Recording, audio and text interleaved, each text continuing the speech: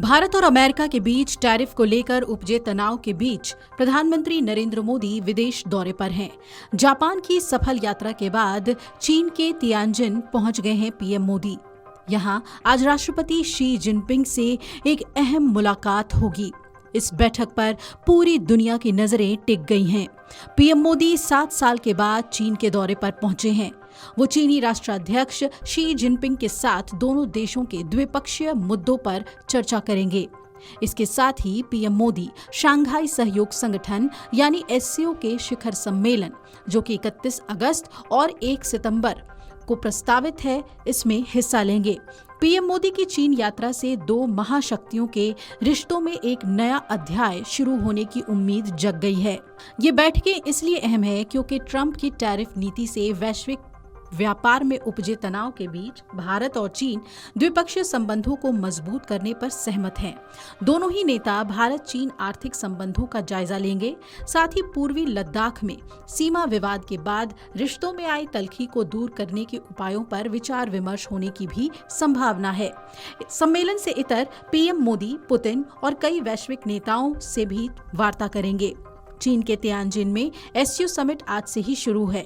इस समिट में भारत, रूस, चीन समेत दुनिया के 20 से ज्यादा देशों के प्रतिनिधि शामिल होंगे। इस बैठक में प्रधानमंत्री मोदी, रूस के राष्ट्रपति व्लादिमीर पुतिन और चीन के राष्ट्रपति शी जिनपिंग सबसे अहम भूमिका अदा करेंगे। इससे पहले शुक्रवार को प्रकाशित अपने एक साक्षात्कार में पीएम मोदी ने कहा कि विश्व अर्थव्यवस्था में मौजूदा अस्थिरता को देखते हुए दो प्रमुख अर्थव्यवस्थाओं के रूप में भारत और चीन के लिए विश्व आर्थिक व्यवस्था की स्थिरता लाने के लिए मिलकर काम करना जरूरी है। पीएम मोदी की चीन यात्रा चीनी विदेश मंत्री वांग यी की भारत यात्रा के एक पखवाड़े से भी कम समय बाद हो रही है। विदेश मंत्री एस जयशंकर और राष्ट्रीय सुरक्षा सलाहकार अजीत डोभाल के साथ वांग की व्यापक वार्ता के बाद दोनों पक्षों के बीच स्थिर, सहयोग से भरे हुए और दूरदर्शी संबंधों के लिए कई उपायों की घोषणा की थी।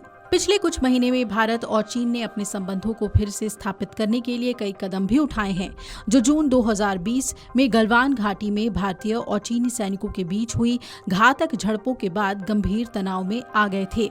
प्रधानमंत्री ने आखिरी बार जून 2018 में एससीओ शिखर सम्मेलन में भाग लेने के लिए चीन का दौरा किया था।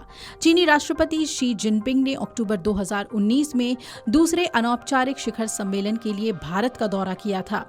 वहीं पिछले साल 21 अक्टूबर को हुए एक समझौते के तहत डेमचौक और देपसांग में अंतिम 2 टकराव बिंदुओं से सैनिकों की वापसी की प्रक्रिया पूरी होने के बाद पूर्वी लद्दाख में गतिरोध प्रभावी रूप से समाप्त हो गया था। डॉलर से व्यापार और स्विफ्ट तंत्र की बदौलत अमेरिका पूरी दुनिया पर दबाव बनाता है। वो अन्य देशों पर मनचाहे टैरिफ और प्रतिबंध लगा रहा है। हालांकि अब तक की स्थिति में अमेरिका के खिलाफ कोई ऐसा गठबंधन खड़ा नहीं हुआ है जो उसके आर्थिक विस्तार को चुनौती दे सके। लेकिन दुनिया की बड़ी अर्थव्यवस्था वाले देशों पर आए दबाव के बाद एससीओ अब वो मंच बन सकता है जो अमेरिका के लिए चुनौती बन जाएगा। ट्रंप पहले भी ब्रिक्स को लेकर काफी कुछ भला बुरा कह चुके हैं। एससीओ को लेकर ऐसा इसलिए भी होगा क्योंकि एससीओ दुनिया को चलाने वाले तंत्र की एक शक्ति केंद्र बनता हुआ नजर आ रहा है। आबादी, संसाधन और भूगोल ही नहीं, आर्थिक समृद्धि भी एससीओ को अमेरिका से आगे खड़ा करते हैं।